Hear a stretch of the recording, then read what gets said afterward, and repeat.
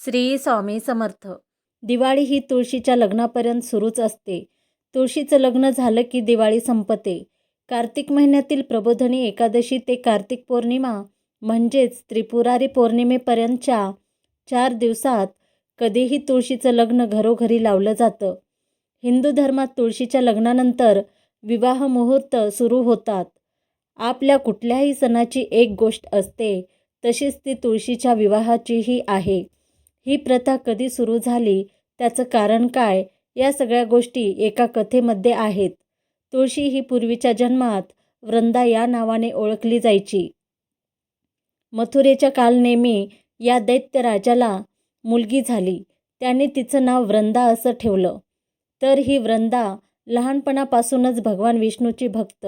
वृंदा जशी मोठी झाली तसं तिचं लग्न जालंधर नावाच्या राक्षसाशी करून देण्यात आलं. आता हा जालंधर कसा जन्माला याची पण एक कथा आहे. स्वर्गाचा राजा इंद्र आणि महादेव शंकर यांच्यात एकदा भांडण झालं आणि दोघांची लढाई सुरू झाली. त्यात शंकराने रागाने आपला तिसरा डोळा उघडला, परंतु देवांचे गुरु बृहस्पती यांनी यामध्ये मध्यस्थी केली. त्यांनी शंकराची विनवणी केली की यातून कोणताही विध्वंस घडवू नका, इंद्राला माफ करा. शेवटी शंकराने त्यांच्या विनंतीला मान दिला आणि आपला डोळा एका समुद्रावर केंद्रित केला व आपल्या डोळ्यातील आग तिथे सोडली. त्यातून एक राक्षस बाळ जन्माला आलं. तोच हा जालंधर. त्याच्यासाठी एक राज्यही निर्माण करण्यात आलं. हा जालंधर शूर होता, पराक्रमी होता, पण तितकाच घमेंडी, गर्विष्ठ आणि सत्तापिपासू होता. त्याचं लग्न वृंदाशी झालं आणि त्याला तिच्या पूजेतलं पुण्य मिळालं, तिच्या पतिव्रत्याच्या सामर्थ्य मिळालं. असं म्हणता येईल की तिने आपल्या नवऱ्याच्या सुखासाठी आणि जीवनासाठी एक सुरक्षा कवच निर्माण केलं. तो जेव्हा युद्धाला जायचा त्यावेळेस वृंदा पूजेला बसायची आणि तो परत येईपर्यंत तिथून हलायची नाही. त्यामुळे त्याला प्रत्येक युद्धात जीवनदान मिळायचं आणि त्याचाच विजय व्हायचा. त्यामुळे मग हा जालंधर वाटेल तसा वागू लागला. जेव्हा समुद्रमंथन झालं आणि त्यातून जो खजिना बाहेर आला, त्यावर मग जालंधर स्वतः हक्क सांगू लागला. त्याचं असं म्हणणं होतं की माझा जन्म समुद्रात झाला आहे, त्यामुळे समुद्रातल्या गोष्टीवर माझाच हक्क आहे. अर्थात देवाने त्याची मागणी धुडकावून लावली, परंतु जालंधर देवाशी युद्ध करायला लागला. त्याच्या पराक्रमामुळे आणि वृंदाच्या तपश्चर्येमुळे तो देवावर वरचढ होऊ लागला. मग सगळ्या देवांनी विष्णूकडे धाव घेतली. सगळे देव विष्णूला विनवणी करू लागले की जालंधरचा नायनाट करा. परंतु विष्णूची एक अडचण होती, ती म्हणजे लक्ष्मीने त्याच्याकडून वचन घेतले होते की भगवान विष्णू जालंधरला मारणार नाहीत, कारण लक्ष्मी ही देखील समुद्राची कन्या, त्यामुळे जालंधरला ती भाऊ समजत होती. भावाचा वध आपल्या नवऱ्याच्या हातून होऊ नये असा तिचा उद्देश होता. त्यामुळे भगवान विष्णू देवांना मदत करू शकत नव्हते. याचा परिणाम हाच झाला की शेवटी युद्धात जालंधरचा विजय झाला आणि जालंधर हा स्वर्ग, पृथ्वी आणि पाताळ या तिन्ही लोकावर राज्य करू लागला. यामुळे देवांना पळता भुई थोडी झाली. मग सगळ्या देवांनी नारदाला मदत करण्यासाठी साकडं घातलं. जालंधरचा वध कसा करायचा याचा एक दुसरा पर्याय देखील देवांनी शोधून ठेवला होता. केवळ भगवान शंकरच जालंधरचा वध करू शकत होते, परंतु भगवान शंकर स्वतःहून युद्ध करणार नव्हते. म्हणूनच शंकराने युद्ध करावं यासाठी देवांना नारदाची मदत हवी होती. नारद देवांना मदत करायला तयार होते. ठरल्याप्रमाणे नारद जालंधरला भेटायला गेले आणि तेथे त्यांचं बोलणं सुरू झालं. नारदांनी त्यांच्याकडे असलेल्या सगळ्या गोष्टी बघितल्या. नारदांनी त्यांचं कौतुक केलं, पण म्हणाले की हे सगळं छान आहे, पण जालंधर तुझ्याकडे कैलास पर्वत नाही. आणि नारदाने कैलास पर्वत किती सुंदर आहे याचं वर्णन करायला सुरुवात केली. त्याचबरोबर देवी पार्वतीच्या सौंदर्याचंही वर्णन केलं. नारदांचे ते सगळं बोलणं ऐकून घमेंडी जालंधरला वाटायला लागलं, जगातल्या सगळ्या चांगल्या गोष्टी आपल्याकडे असाव्यात, कैलास आपल्याकडे असावा आणि पार्वतीही आपली व्हावी. आणि मग हव्यासापोटी जालंधर कैलास पर्वतावर चालून गेला. तो युद्धाला आला म्हणून भगवान शंकराने देखील युद्ध चालू केले.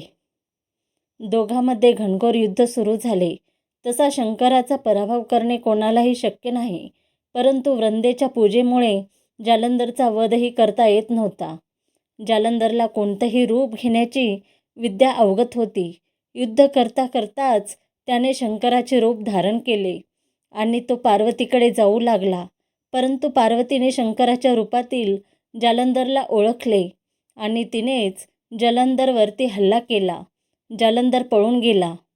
मग पार्वती विष्णूकडे गेली आणि म्हणाली, जालंधरने आता मला फसवायचा कसा प्रयत्न केला, तसाच तुम्ही वृंदाबरोबर करा.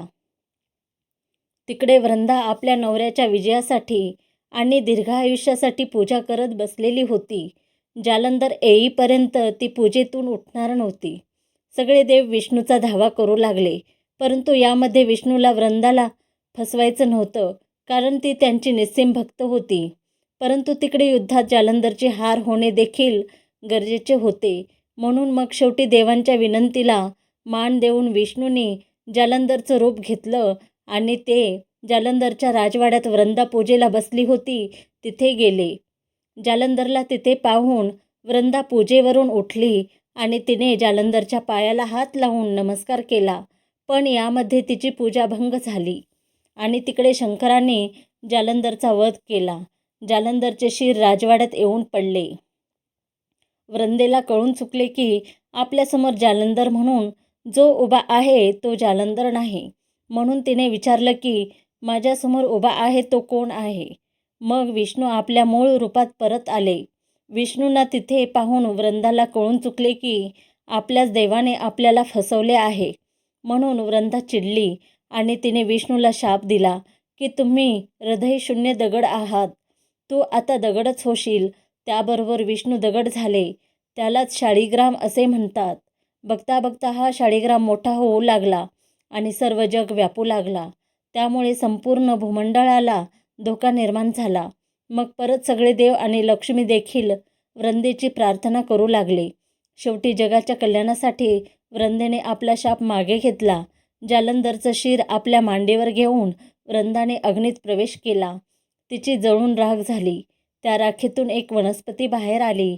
तिचंच नाव विष्णूने तुळशी असं ठेवलं.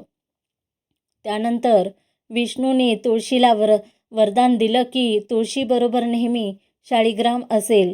तुळशीचे रोप प्रत्येक घरात लावलं जाईल आणि त्याची पूजा केली जाईल.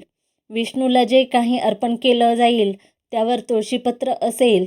म्हणूनच असं मानलं जातं की तुळशीपत्र ठेवलेली कोणतीही वस्तू विष्णूपर्यंत पोहोचते.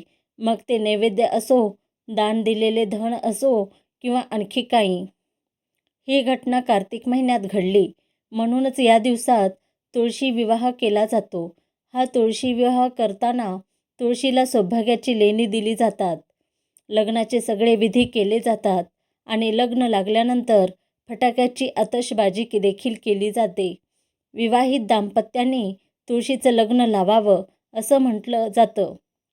ज्या दाम्पत्यांना मुलगी नाही त्या दाम्पत्यांनी जर तुळशीचं लग्न लावलं तर त्यांना कन्यादानाचे पुण्य मिळतं असं मानलं जातं. आता ही कथा आणि प्रथा जर पाहिली तर काहींना हा पुराणातला फोलपणा आहे असेही वाटेल. वृंदा जर इतकी नवऱ्याच्या सुखासाठी झटत होती तर आपल्या नवऱ्याने चांगलं काम करावं यासाठी तिने का प्रयत्न केले नाहीत असेही वाटू शकते.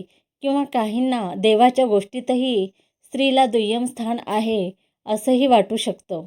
पण या सगळ्या गोष्टी बाजूला ठेवून जर आपण विचार केला तर आपल्या लक्षात येईल की बहुगुणी तुळशीचे औषधी गुणधर्म माहीत झाल्यामुळेच आपल्या पूर्वजांनी तुळस घराघरात असावी असा विचार केला असावा. परंतु ही औषधी वनस्पती आहे आणि घरात लावावी असं सांगितलं तर लोक लावतील याची खात्री नाही. यामागे काही धार्मिक अधिष्ठान लावलं की ते मात्र पाळलं जातं हे लक्षात आल्यामुळेच अशा प्रकारे तुळशीचं महत्त्व जपलं गेलं असावं. या सगळ्यामध्ये एक गोष्ट मात्र छान वाटते की भारतीय संस्कृतीत आपल्या रोजच्या जीवनात येणाऱ्या प्रत्येक गोष्टीबद्दल आदर व्यक्त केला जातो.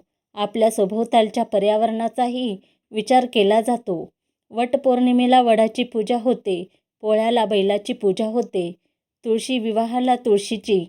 आपल्या आनंदात, आपले सण उत्सव साजरा करण्यात आपण आपल्या पर्यावरणाचाही समावेश करतो, याचे आभारही मानतो, असं म्हणायला हरकत नाही. श्री स्वामी समर्थ. तुम्हाला जर हा व्हिडिओ आवडला असेल तर व्हिडिओला लाईक करा आणि चॅनलवर नवीन असाल तर चॅनलला सबस्क्राईब करायला विसरू नका. धन्यवाद.